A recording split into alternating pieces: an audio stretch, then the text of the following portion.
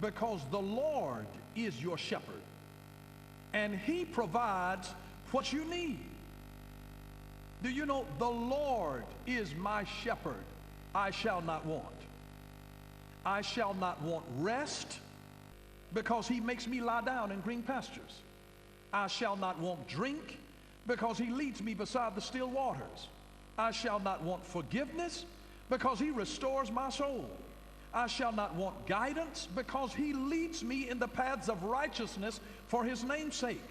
I shall not want companionship, because yea, though I walk through the valley of the shadow of death, I will fear no evil, for thou art with me.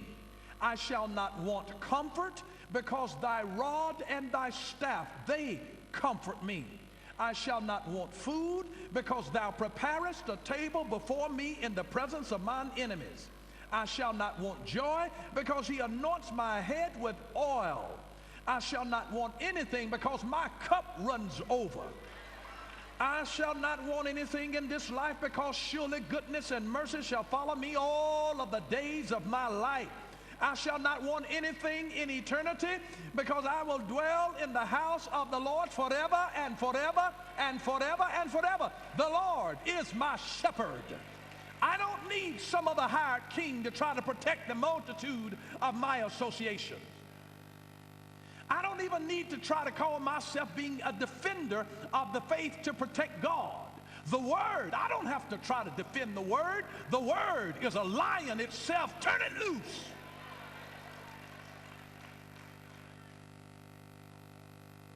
And here, this is Hohem that's trying to protect your relationship. There's sometimes people that don't even want you to get to know folks that can help you. You know, there are some people that get into certain positions, and then they say, you know, I'm the only one. I'm the only one in my department. Don't let it be the goal. That's no bragging right. You ought to say, I'm the first one. Because you ought to make room then for somebody else to come. See, that's the real heart. It's not to be able to say, you know what, I'm going to get in this door, but I'm not going to help anybody else ever get in this door. See, that's what that's saying when you're trying to be a protector of relationship. That's the way human beings do it. But when God is the protector of the relationship, God knows how to guard you, and he knows how to guard your relationships. But I want you to notice 1 Corinthians 15:33. This is one of my favorite scriptures in the Bible. Do not be deceived. Evil company corrupts good habits. Don't be fooled. Evil company corrupts good habits. And here's the thing. Evil is anything that is anti the purpose of God being fulfilled in your life. Because not everything that looks or feels evil is evil. Nice people can sometimes be evil because they can take you away from the purposes of God in your life. There can be somebody sweet that can take you away from God's purposes in your life. So evil is identified by its motive. Evil is identified by its motive. By its motive. Evil is not always defined by what you do. Sometimes evil is defined by what you fail to do. To him that knoweth to do right and doeth it not, that's evil. If you know to do the right thing and fail to do it, that's a work of evil. Now I want you to notice something. We're talking about Hohem of Hebron. This is Jehovah is protector of your associations. Say associations. They are the things that make you or break you, because those closest to you will determine your level of success. You got to figure out who is it that's in my circle that is speaking into my life, because they are influencing my value system. They are influencing my value system.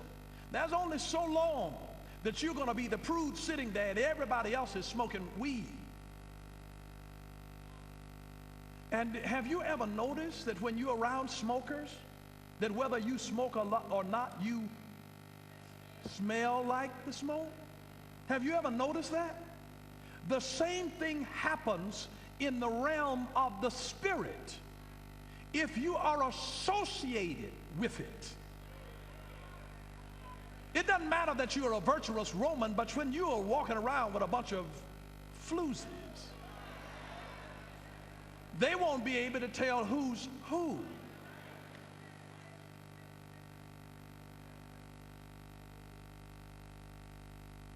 And if a man is going to call himself a man of character, a man of honor, a man of integrity, but all of his friends are dogs. May I tell you what a lady told me?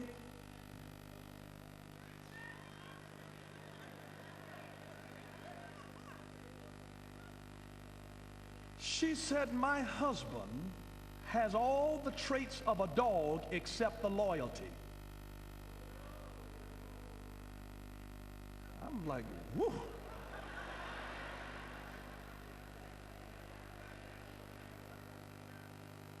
I was saying in my mind, I would hate to be him coming home to you tonight, sweetie.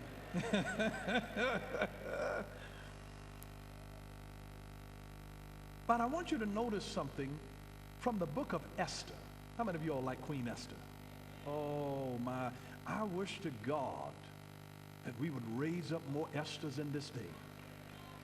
I am telling you, this is a day of Deborahs and Esthers. If there ever was in the history of mankind, this is Esther's season. It's time, Esther. You have come into the kingdom for such a time as this. No longer can the Esthers of our world talk about, to use their gender as an excuse not to do what God has told you to do. We got women that are presidents of countries now. Women that are CEOs of Fortune 500 organizations. And so everything that can be done now, I mean, you got a woman in high places doing it. You'll be surprised. It is a day of Esthers now, who have come into the kingdom for such a time as this. And as you notice, she came in and she served this King Ahasuerus. And I want to walk you through some of the people that surrounded King Ahasuerus, some of his associations, because you are known by the company that you keep. I want to show you the company that was around King Ahasuerus. In Esther chapter 1, notice verse 10. On the 7th day, when the heart of the king was merry with wine, he commanded Mehuman and Biztha and Harbona and Bigtha and Abagtha and Zephyr and Carcass, 7 eunuchs who served in the presence of King Ahasuerus. These are 7 chamberlains who served in the court in the presence of King Ahasuerus. These are his, quote, associates. These are his associates. Remember, you're known by the company that you keep. Now, the name of the first guy is Mehuman. You see that? Whose name means faithful, or I have been faithful. His name means faithful, or I have been faithful. Now, here's this. The character, this man here, may appear to be a positive influence at first, until he places demands on us because of his record of faithfulness. He may expect us to follow his suggestions because he has earned a right to be heard. And if his voice is heard through friends and family, our loyalty to them could actually hinder our decisions to God. His voice could come actually from within our own heart.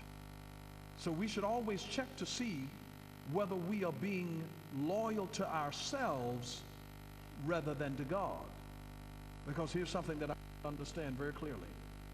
Where we place our loyalties in time of decision will influence our futures in a powerful way. Where we place our loyalties in times of decision will influence our futures in a powerful way. So that first person that he surrounded himself was faithful. It's like, man, you know, I've always had your back. But don't even let people that have been faithful to you cause you to decide something that is against the nature of God. When it comes decision time, don't be loyal to your friends. Be loyal to God's word. Be loyal to the character of God. Be loyal to the purposes of God. Don't be faithful to somebody who's always been there for you. Never put your friends above your relationship and your commitment to God. Here's the second chamberlain that was in the presence of the king, King Ahasuerus. His name was Bigtha. And his name is closely associated with the first man, the human. Victor means, I have served you well. You owe me a lot. You ever have people around you that always act like you owe them something? But see, if we show loyalty to ourselves or to others who demand such allegiance, it means that you will not give proper allegiance to God. Because if somebody says, hey, now you owe me something, then they might ask you to do something that is unethical, something that is immoral, something that may be illegal. But your loyalty lies in God. It lies in God. He surrounded himself with these folks, and that means I've served you well. You owe me a lot. You owe me a lot. You owe me a lot. Here's the next powerful chamberlain. His name is Harbona, whose name means my own decisions. Now notice the kind of folks he was surrounded with. His name has a driving force to it, and it suggests entanglement. Humanism declares every person to be self-determining, responsible for his own destiny, based solely on his own decisions. And this philosophy makes man autonomous, without regard to a divine source of power greater than himself. And the problem with that is that such deception works powerfully on the independent mind of the king, causing him to deny the reality of God. So Harbona means my own decisions. You ever met a person around you where they want to make their own decisions?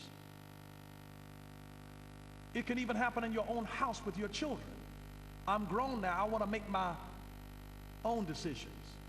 And you're dealing with a spirit of Harbona that is trying to do something, exalting itself against the knowledge of God. They really are saying, I don't want to do it God's way. They want to be able to sing the song, I did it my way, my own decision. Don't you try to decide for me. You done already learned your lesson. Live your life. Let me live mine. I want to make my own decision. You may as well just say, I want to be a fool. And find it out the hard way. It doesn't make any difference that you've already lived and been around the block, and that you love me enough that you're trying to prevent me from making this mistake, because there are going to be some other mistakes that you're going to make on your own anyway. And instead of just growing and getting farther down the road, we got people, I want to make my own decision. Thank you for watching Power for Living with Bishop Dale C.Bronner. Until next time, God bless you.